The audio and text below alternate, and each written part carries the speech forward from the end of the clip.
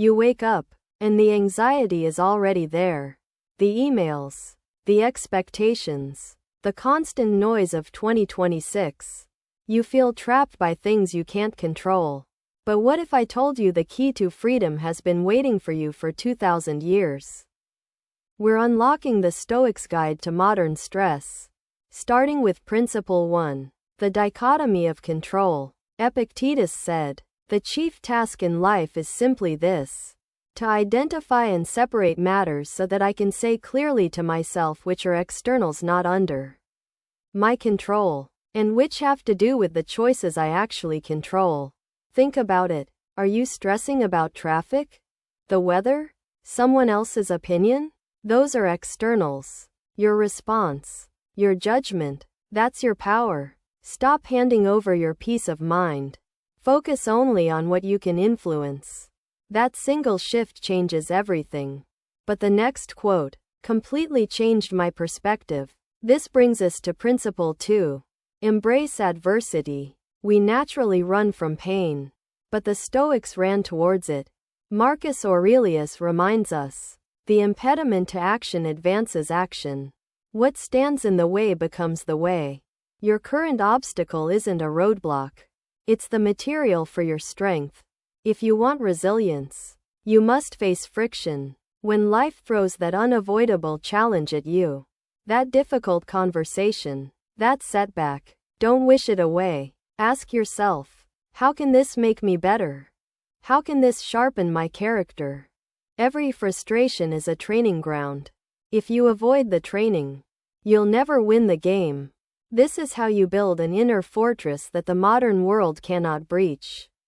But the next quote completely changed my perspective. Principle 3 is about perception. Challenge your judgments. Seneca warns us, we suffer more often in imagination than in reality. Look around you right now. How much of your stress is based on what might happen? How much is based on your story about what happened? It's rarely the event itself that hurts you. It's your interpretation. If you tell yourself, this deadline is impossible, you create panic. If you reframe it as, this is a complex problem requiring my full focus, you create action. You have the power to edit the narrative playing in your head. Strip away the emotional coloring. What is the objective reality? Once you see the facts, the fear often dissolves. That feeling of being overwhelmed? It's an illusion you've accepted. Let's dismantle it together with Principle 4. Principle 4. Practice negative visualization. This sounds dark, but it's the ultimate anxiety hack. As Cicero suggested, if you are distressed by anything external, the pain is not due to the thing itself, but to your estimate of it. And this you have the power to revoke at any moment.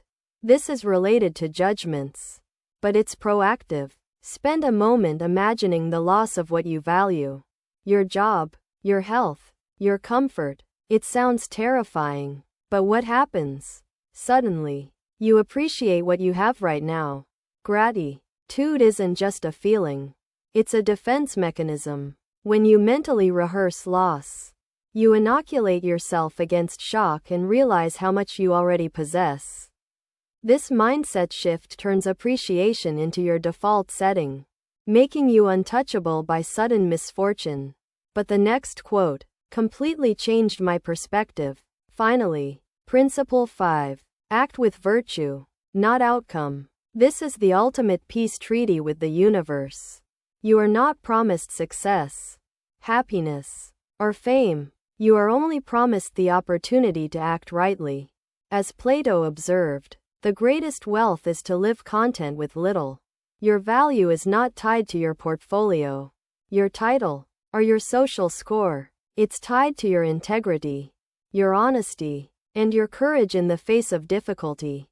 When you align your actions with virtue, doing the right thing regardless of the result, you eliminate regret. You become inherently successful because you have fulfilled your purpose. Stop chasing the external reward and start respecting the internal process. You are enough simply because you choose to be good. And that realization is the calm you've been searching for. We've covered so much transformation today. But as the great explorer Ernest Shackleton knew, true calm comes from enduring the journey. It is not the mountain we conquer, but ourselves. Every morning you wake up is a chance to conquer the internal mountain.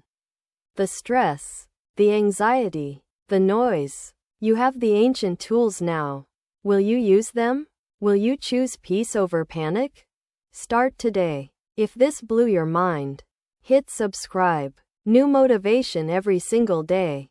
You won't want to miss what's coming next. Share this